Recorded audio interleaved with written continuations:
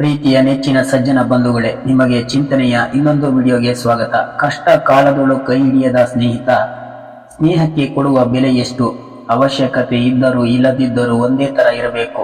ನಟಿಸುವ ಸಂಬಂಧಗಳು ಯಾವತ್ತೂ ಶಾಶ್ವತವಲ್ಲ. ಮನಸ್ಸಿನಲ್ಲಿ ಕೊಳಕು ತುಂಬಿಕೊಂಡು ಹೊರಗಡೆ ಚಿನ್ನದಂತೆ ಹೊಳೆಯುವ ಬದಲು ಒಳಗಡೆ ಜೇನಿನಂತಹ ಸಿಹಿ ತುಂಬಿಕೊಂಡು ಹೊರಗಡೆ ಮಣ್ಣಿನ ಮಡಿಕೆಯಂತೆ ಇದ್ದರೂ ಪರವಾಗಿಲ್ಲ. ಒಳ್ಳೆಯ ಮನಸ್ಸು ಇರುವುದು ಮುಖ್ಯ. ನಾವೇ ನಮ್ಮವರಿಗೆ ಮೂರನೇ ವ್ಯಕ್ತಿಯಾದಾಗ ಅವರಲ್ಲಿ ವಾದ ಮಾಡಿ ಪ್ರಯೋಜನವಿಲ್ಲ.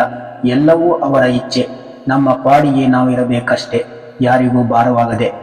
ಸಂತಸದ ಸಮಯದಲ್ಲಿ ಚಪ್ಪಾಳೆ ತಟ್ಟುವ 10 ಬೆರಳಿಗಿಂತ ಕಷ್ಟ ಕಾಲದಲ್ಲಿ ಕಣ್ಣೀರು ಒರೆಸುವ 1 ಬೆರಳು ಇದ್ದರೆ ಸಾಕು.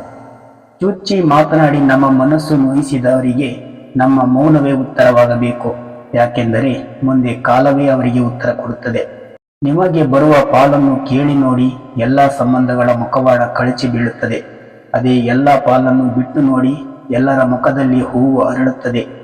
ಶಕುನಿಯ ಮಾತು ಕೇಳಿ ದುರ್ಯೋಧನಷ್ಟೇ ನಾಶವಾಗಿಲ್ಲ, ಇಡೀ ಕೌರವ ಕುಲದ ಜೊತೆಗೆ ಶಕುನಿಯೂ ಕೂಡ ನಾಶವಾದ. ಯಾವತ್ತೂ ಶಕುನಿಯ ಕೆಲಸ ಮಾಡಬೇಡಿ. ನಾನು ಇಲ್ಲದಿರುವಾಗಲೂ ಪ್ರಪಂಚವಿತ್ತು, ನಾನು ಬಂದು ಹೋದ ಮೇಲೂ ಪ್ರಪಂಚವಿತ್ತು ಎಂಬ ಸತ್ಯವನ್ನು ಅರಿತವರು ಅಹಂಕಾರ ಪಡುವುದಿಲ್ಲ. ಮಾತು ಮುಗಿದಿರಬಹುದು, ಸ್ನೇಹ ಸಿಗದಿರಬಹುದು, ಪ್ರೀತಿ ಕೈ ಕೊಟ್ಟಿರಬಹುದು, ಸಂಬಂಧಿಕರು ಕಡೆಗಣಿಸಿರಬಹುದು. ಆದರೆ ಒಂದು ಮಾತ್ರ ನೆನಪಿಡಿ, ಯಾರಿದ್ದರೂ ಯಾರಿಲ್ಲದಿದ್ದರೂ ಜೀವನ ಸಾಗಿಯೇ ಸಾಗುತ್ತದೆ.